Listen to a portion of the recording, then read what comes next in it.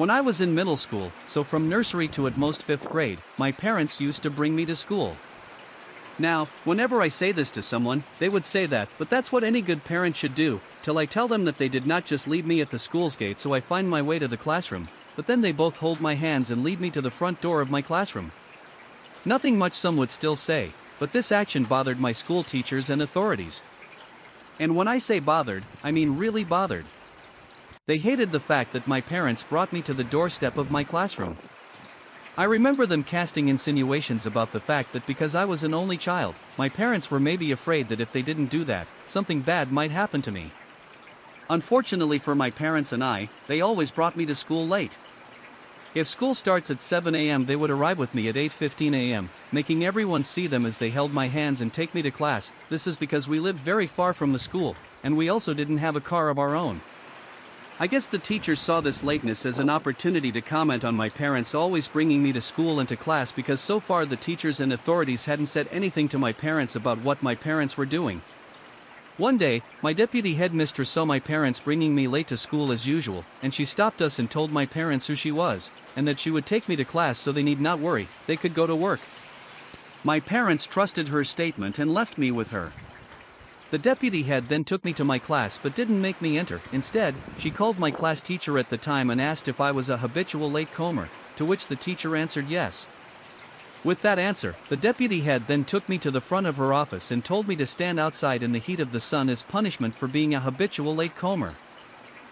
I was in 3rd grade at the time. I stood in the sun from what I could presume was 8:40 a.m. to about 1:30 p.m. that day. I remember wishing for a whooping with the cane instead of this, and I am still surprised at how my younger self did not cry that day. Around almost 2 p.m. I suppose, because I wasn't wearing a watch, I saw my mother and father walking over to me. I thought was dreaming from dehydration and starvation, but no, they were actually there. My mother said she had forgotten to give me money for lunch that morning and so was coming back to give it to me, and when she went to my class to inquire of me, my friends in class, not my class teacher, told her that I had been punished for coming late to school. This is why she was here now with my dad to ask the deputy headmistress why she did what she did. The result was a huge argument amongst my mother, father, deputy headmistress and some teachers and authorities. After the scene, I went home with them but didn't leave the school completely. The next day during assembly, the deputy head made mention of the whole event to the school, and my life was pretty much hell after that in the school. After some time, however, in 5th grade, my parents stopped bringing me to school, as they believed that I was now old enough to come on my own, and to be honest I was glad with their decision. I have PTSD from this experience, and now as an adult, I still cannot understand why my parents did what they did and why the teachers also did what they did. I feel like I was caught in between silently feuding adults. Were my parents wrong for doing what they did? Complicated love story. Should I continue my pursuit? I, 18 years old, man, met a 17 years old girl at her cousin's debut. That day, I never really thought we could be close to each other to the point of planning things out for our future.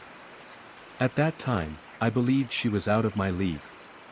However, when an opportunity came, I tried to get to know her. She gave me a blunt, study first answer, but as the night went on, I realized I might have a chance after talking to her elder cousin. On our way home, although I was really drunk, I managed to bid her and her mom, whom I didn't know was her mom, goodbye. As I got home, I immediately went to sleep due to a headache. I woke up at 3 a.m. with messages from friends who were also present that night, telling me she was asking about me.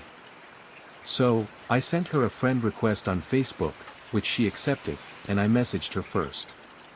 Surprisingly, she replied, and I found out she also had a little crush on me. From that point onwards, we chatted online. She lived far away, so we were in a long-distance situationship, no label, but it felt like we were heading there. On our second date, I asked if we could go on a video call, and she agreed. From that day onwards, we pretty much video called or voice called every day. After 3 weeks, I noticed she was getting distant, citing busyness as the reason. I understood, but I felt her coldness was too much, considering we used to talk about our days every day. I messaged her about it, and she responded with a long message, expressing her desire to end things due to her busy schedule. I told her I understood but eventually snapped, expressing my frustration. Devastated, I pursued her for a month, even involving her relatives. I shouldn't have done that, especially when she made it clear she didn't want to continue. I stumbled upon a Facebook post from her mom stating, "A man should have a great future to date someone," which saddened me. Motivated to prove myself, I got a job, determined to show them what I could achieve. In November, she went back to town to visit her father's grave, and despite my efforts, I didn't get a chance to talk to her. Despite being urged to stop pursuing her, I didn't lose hope.